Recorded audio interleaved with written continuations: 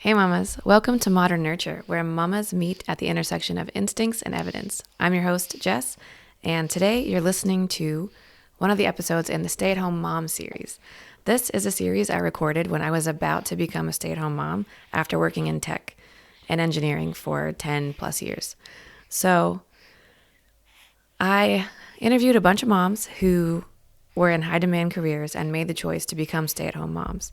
We talk about why they made the decision, what kind of hurdles they had to overcome to be able to leave work and stay at home, and how the transition went, because it can be rough for some or all, and how the transition went, and how things have gone since then, any regrets, what they loved about it, and we talk to mamas in all seasons of life. We have a grandmother, we have mamas who are still in the thick of it with toddlers, and everything in between. So I got a lot out of these. I really enjoyed the conversations. I hope you will too.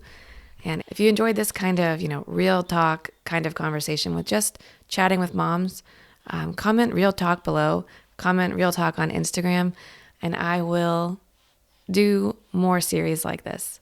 Thanks for listening. Let's get into it. Brenda, thanks so much for joining us. We're Oh, here today to you're talk welcome. all things stay at home mom. And you have had quite a journey, so I'm excited to share that with the audience today. Would you tell us a little bit about yourself to start? Sure. So, stay-at-home mom for a lot of years, five children, now all grown. Nana to a growing gaggle of grands. I think last count there was six Uh, of them, and started off in a career in social work that I totally loved, and then have just transitioned along the way during the different seasons of stay at home and adding in little things until where I am today, a holistic nutritionist slash social worker, specializing in epigenetics, actually, the way that environment impacts our gene expression. So it's been an interesting journey. that's really interesting. Yeah. So you said you were a social worker before you became Mhm. a stay at home mom. Did Yes. you work while being a mom at all, or was it as soon as you were pregnant you quit, or like what was that transition like, and how did you know you needed to change? hmm So little backstory, I wasn't going to have any children. Okay. I come from You a are not the family. first mom I've interviewed No, that said that. I'm sure, family of origin, which I love dearly, but had different challenges. I think partly the why I went into social work was to try to get my own mental health sorted out. And I really loved my career. I worked with adolescents who were really challenged, acting in a contained unit, working with Ministry of Education and Health and mental health and social services. So it was an attorney general, because most of them were up on some type of charges or other. And I loved that. And then my husband and I decided, okay, maybe this was like 6 years into marriage, and maybe I really did want to have kids. And so got pregnant, fully intended to return after, at that time, and I know every country has different, kind of parental leave. I'm in Canada, so currently we have a year parental leave. At the time, it was 6 months. So, fully intending to go back. I did go back and worked a, three-fifths job kind of a deal. And, in the classic days of, pumping breast milk in the bathroom because there was never any, any nursing stations at that point, signs on the fridge door saying, "This is Brenda's breast milk. Do not use it in your coffee," and that kind of stuff. And it worked for about 6 months. And part of the challenge, just finding good daycare. We had a great nanny, and then she had to go. So just I just kind of went, okay, this is not working. Like it's too stressful. I really want to be with this kiddo, and one of us should stay home. It made more sense, even though I was making more money at the time than my husband. It made more sense for me to stay home with the breastfeeding and all that kind of thing. So yeah, so about 6 months in, I pulled the plug on the official government job and instead just started doing a little bit of contract work with one of the assessment methods I had been trained in, but could do that around watching our oldest son. So yeah, that's, So, what was that transition like then, from full time work to being at home? How did you handle it well? Was it difficult? um, um, I was going to say it's kind of brutal, but I realize you have a lot of your listeners that are in that kind of stage. Uh, Hey, in, honesty's good. okay, so in hindsight, uh, I could have helped with the transition a bit better. Um, I did some ruminating as I was cleaning toilets and wiping throw up off my clothes and, explosive diarrhea off whatever the carpet. I thought, okay, hold it. I spent a lot of time developing a career that I really loved and moved up quite well in it and all those kind of things. I didn't think that this my day would be consisting of this as a main thing. And in hindsight, I realize it's because at that age, it's late 20s, you are you're very egocentrically driven. You have to be. You look at Maslow's hierarchy of need, you're paying the mortgage, you're putting food on the, well, in cooperation with a partner, often putting food on the table, you know, moving up in the world. Those are things that are a really big priority. Now, well past that stage, if I would have realized that it was a super helpful tool for growing more aspects of my true self and serving and being willing to have delayed gratification, all of those things that are really helpful tools, but they just kind of smack right up against where you're at that age. So I think I loved, there was aspects of being home I loved. I turned into a hippie earth mama, started a food co-op, ground our own flour. We had neighbors had chickens and, we bought chicken shares. So I kind of had a different persona of myself that was able to come out. Um, um, but I did miss working with the kids that I worked with and the staff that I worked with. So it was, there's a tension there, I think a legitimate tension. It's funny that there seems to be something about motherhood that makes you want to go into the space of like doing all of your own food and like because I'm doing that. There's like other people I know that are going through that, and you're like, I don't know if you just want to control what's going into everybody's bodies more or what exactly happens, your nest mode or something. Yeah, yeah. But yeah, we were just talking about trying to ground our own flour the other day, so that was funny to me. Well, Um, I can send you some links to some great flour mills if you want. Actually, okay. part of it for me too was that I had been really sick, so Mm, I had a long history of illness and rheumatic fever and thyroid disease and ulcers and all of those kind of things. And so when I got healthy a couple of years before I first got pregnant, uh, that was a legacy that I wanted to pass on to our kids. So it was hmm. born by, I think, nesting and like, whoa, I don't want, I want to prevent some of that if I can help it. So it was a pretty strong drive, that's for sure. Yeah. Hey, mamas, I just wanted to pop in really quickly and let you know that I have written a children's book. It's called My Little Hands. This is an old proof copy. My new one's coming in the mail. It's called My Little Hands. It is inspired by Montessori practical life activities.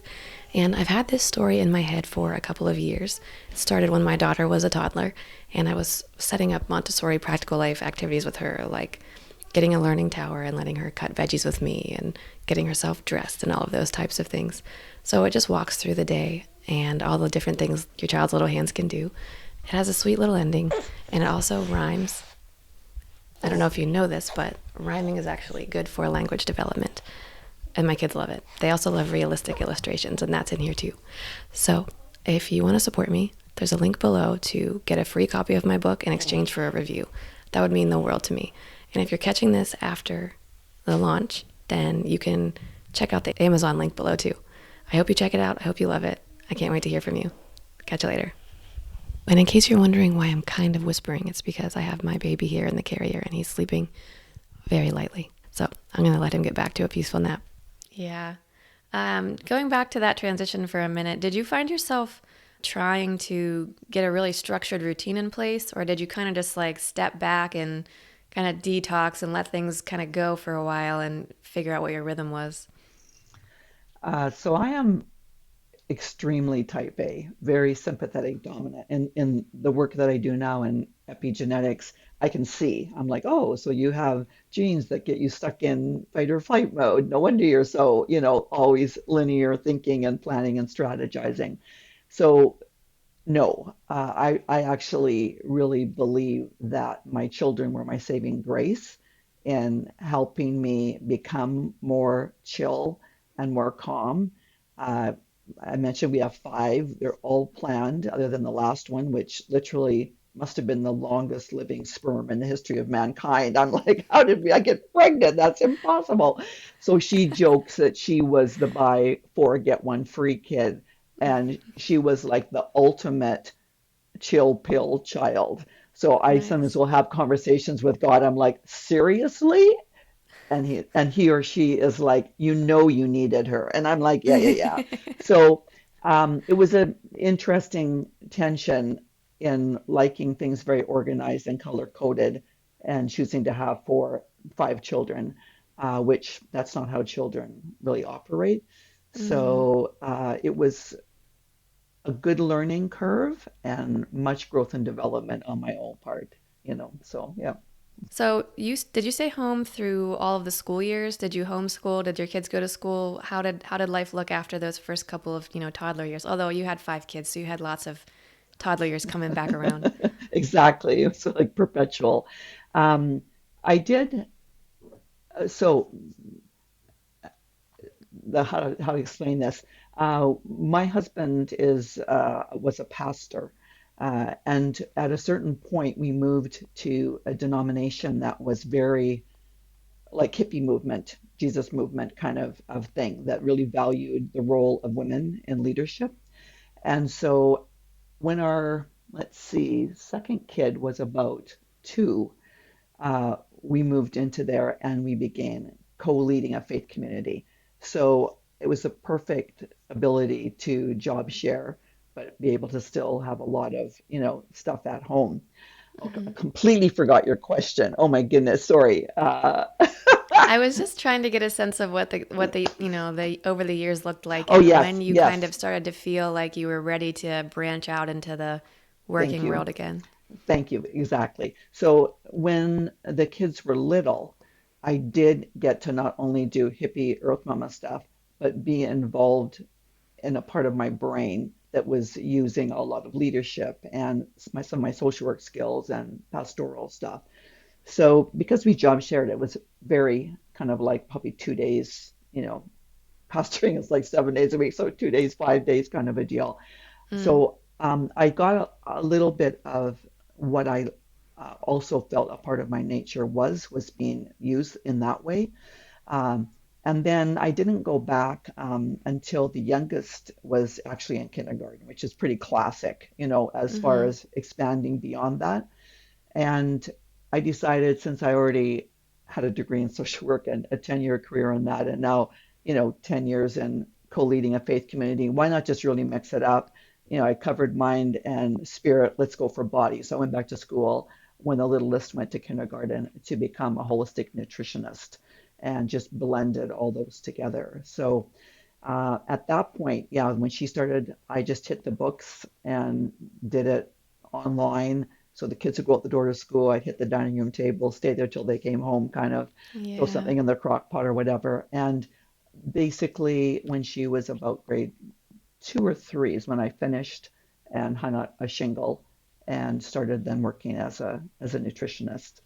So for Was most of it the years, did you yeah, work for good. yourself? Was it pretty flexible Yes, still, so you could still spend the absolutely. time you wanted? Absolutely. And that is a trade-off because if you're self-employed, typically it will produce lower income because you are choosing to go carve out times for basketball games and for this and for that and for that. But it was perfect because our kids felt like somebody was there. Like the things that I wanted to be able to do were able to be done in that kind of part-time self-employed capacity. So, Mm, that's awesome. So you just kept doing that through their school years, and I guess reflecting on that now, they're all grown up now. So how is life now? And what I guess when you reflect on that, you're happy you did that. That was a decision you never would have, changed. yeah, Yeah, like I mean, I'm not saying there weren't a lot of conversations, like with my husband, who's an amazing guy, like pastoring is not the highest income. You don't go into that because you want to make a lot of bucks. It's the same time as you're having a lot of children. And Hmm. there were a few times when I thought, babe, if you would have stayed home and I would have stayed at work, we wouldn't be quite so tight at the end of the month, or like we could, but it like literally I've talked with our kids, and they're amazing and they're doing a great job parenting the ones that have kids, and they actually look back and they don't think that we were like I'm not saying poor, like we're obviously middle income, but they didn't think anything when their friends were all flying off to multiple hot spots at Christmas time. They thought it was cool that we got to go camping. And Oh. I'm just like, are you kidding? Yeah, my friends never got to go camping, And I remember our oldest was doing probably about grade four, was doing a study on Japan at school. And so they wanted you to go home and kind of draw out a plan of your house because they wanted to go back and compare how big our houses are in North America compared with houses in Japan. And I remember they sent our son home the next day and said to redo this because don't you have like five kids in your household? There's no way you could live in a house that was this tiny. And so we went back and checked all the math, and I said, no, kiddo, that's it. That's where we are. Yeah. But they don't like they all shared rooms. The three boys shared a room, the two girls shared a room, and they were just are happy that somebody was there at home when they got home and could help with school things. And, Mark coached all their sports and we shared enough stuff like that.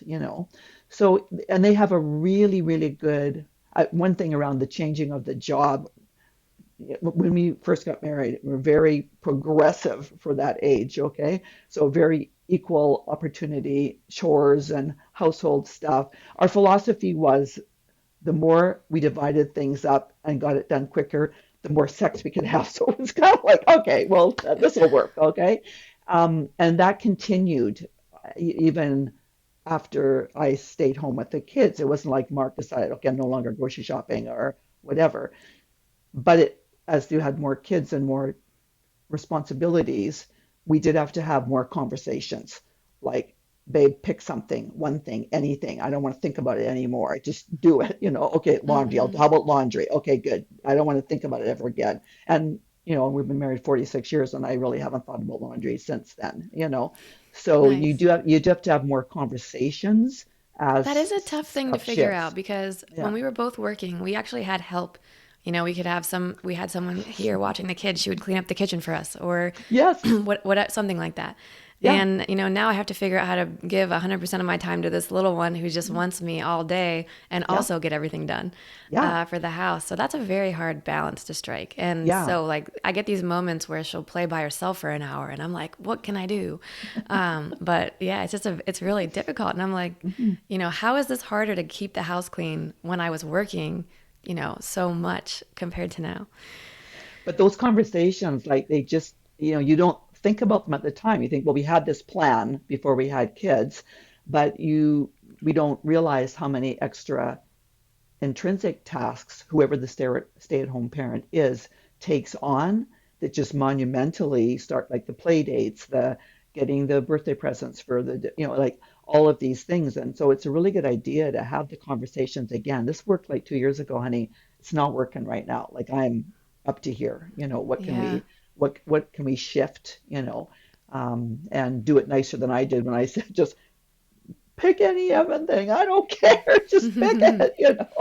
And the kids are all like, Do you, "Ooh, mummy, that a bad word." yeah. Uh, mm, So you have a couple of girls, you said. Did they mhm. stay at home? Did they go to, or are they working moms? Did they pick up your style or did they go their own way? It's really interesting, actually. So, one is a lawyer in a committed relationship, but waiting a couple more years for kiddos. Okay. Hmm. And she totally is into kids, really looking forward to it. But she'll be going back probably part-time nanny, that kind of stuff. but really wants to take for sure the full year that we get in Canada and that kind of thing. The That's other one is amazing. yeah, so it's like I get really cool Mother's Day cards. Like all five of them seem to have valued this. Okay, so that makes it worth it. The other one, the youngest one, the bonus one, is a labor and delivery nurse, and Mm. she's actually off on maternity leave right now with her Oh, 10-month-old, and will be going back part time. Uh, all five of the kids have careers that they really enjoy, and have partners who have the guys have partners that have, one's a lawyer, one's a master's of health. So they have careers that they also enjoy as well. The other one's a scientist. So they do this balance of, yeah, we want somebody to be here, uh, but I have been used as a nana with permission to help to kind of so the kids aren't necessarily in full-time daycare, that kind of thing, you know. mm. So I kind Yeah. of have said, I'll give you this many days in a week. Depending how you children have children, you're going to have to share them because I'm not doing 5 days a week Nana care. But they kind of timed it. So one aged out from Nana and the next one came in, and now this next one's coming in and in the fall. So it's kind of cool to see the relationship then now happening with the grandkids as well. So Yeah, that's awesome. Thank you for your story. I think we're mm, getting close to the end here. So okay, I want to talk for a minute about what you do now and what, sure. what services you offer and those sorts of things. Sure. So just like I think one of the things that would have been more helpful parenting is understanding the differences in kids, Mm. um, genetically, how they see the world, how they maybe fuel differently on different macronutrients and that kind of thing. So yeah, that's what I do now is help moms, whether they're not just moms, but moms, people, men, figure out a little bit more about how they're wired so they can manage their stress. Maybe they can exercise differently. They can do that. So it's a very good tool, very good self-care tool, and I love love love helping everyone, but especially women because it really settles down a lot of things and gives them a lot of tools that they can use in their life. So yeah, that's what I do now. Is So do people's you, when you work with someone, you get them genetically tested? Yeah, Like they you get do like a their, DNA profile? yes, yes. So they'll come either with like say 23andMe for my clients that are concerned about their security, which they well should be.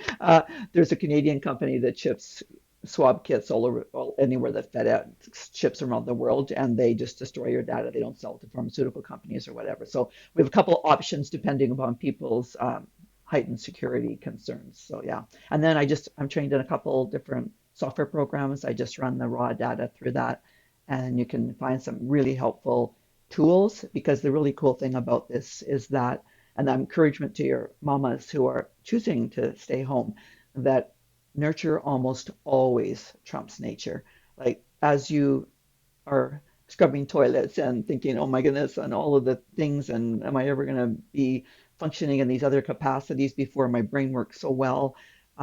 What you are doing is actually every single good gene that your child has is being supported, and any challenging genes, literally, you have the power to almost cause them to not be expressed because of the way that you are feeding that child, comforting that child, helping them self regulate. So it is phenomenal the tools that we have as parents to foster a really, really healthy future for our kids by understanding this. So it's really good. Yeah. That sounds super interesting. It might be worth talking about having you on for a full episode at some point. Sure, totally. I love talking about that ways that we can things that we can do as parents to help our kids express their genes as ideally as possible. Yeah. Yeah, fascinating. Where can mamas find you if they want to look for you? Yeah, so website is inbalancelm.com. Lifestyle management is the LM, and there's some free resources on there, free infographics, free self-check for wellness that women just are wondering like, well, is this even something to pursue or whatever? There's some good tools on there. Okay. Okay, awesome. Thank you so Oh, much for your time and your story. That was awesome. thank you for having me. It's nice to have white-haired people on sometimes. You never know. You can learn from their challenges. And perspective. Yeah, thank Yeah, you. exactly. Okay. Thanks so much, Jess.